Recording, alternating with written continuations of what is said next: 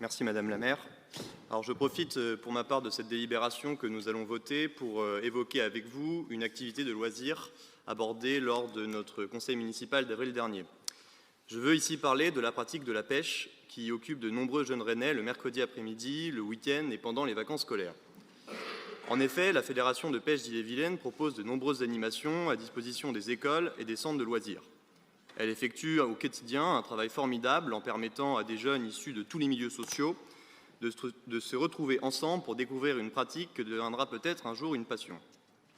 Alors permettez-moi de revenir ici sur une de nos décisions qui risque d'impacter cette activité. Lors du dernier conseil municipal, nous avons adopté la charte rennaise sur la condition des animaux.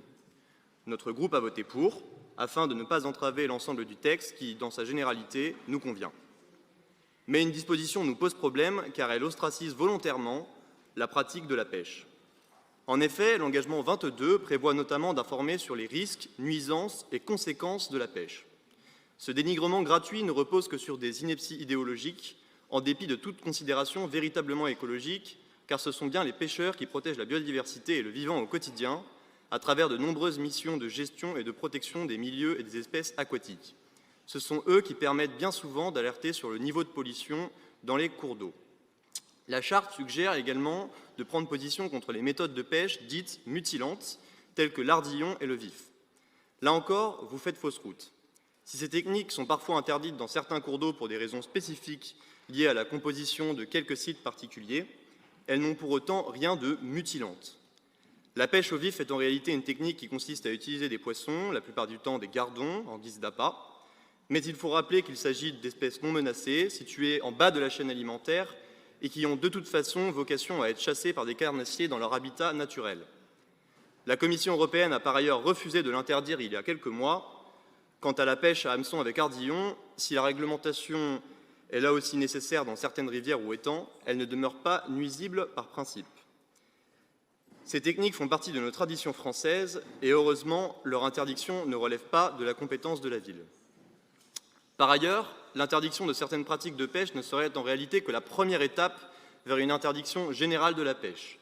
Et vous en faites ici la démonstration parfaite en élargissant l'interdiction de la pêche à l'ensemble des étangs d'Apigné, avec des motifs pour le moins fallacieux. M. Guater explique que des scientifiques lui auraient indiqué que les appâts laissés au fond de l'eau pourraient contribuer à la prolifération des cyanobactéries qui entraînent régulièrement des interdictions de baignade. Une fois n'est pas coutume, je vous conseille d'écouter ce que dit le député France Insoumise NUPES Frédéric Mathieu. Si ça pollue, peut-être faut-il interdire la baignade quand on voit les kilos de crème solaire qui ravagent les milieux aquatiques. Baigneurs et pêcheurs doivent bien évidemment cohabiter sur le site et c'est à vous de trouver des solutions compatibles pour les uns et pour les autres. Au fond, cette décision se cache derrière un faux prétexte écologique pour mieux dissimuler un antispécisme mondain et citadin.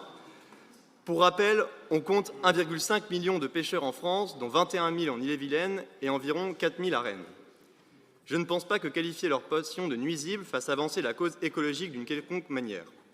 Je veux ici saluer le travail formidable de la Fédération de pêche d'Ille-et-Vilaine qui œuvre auprès des associations, des centres de loisirs et des écoles afin d'offrir à des enfants et adolescents des moments de plaisir au bord de l'eau, dans un environnement sain et naturel.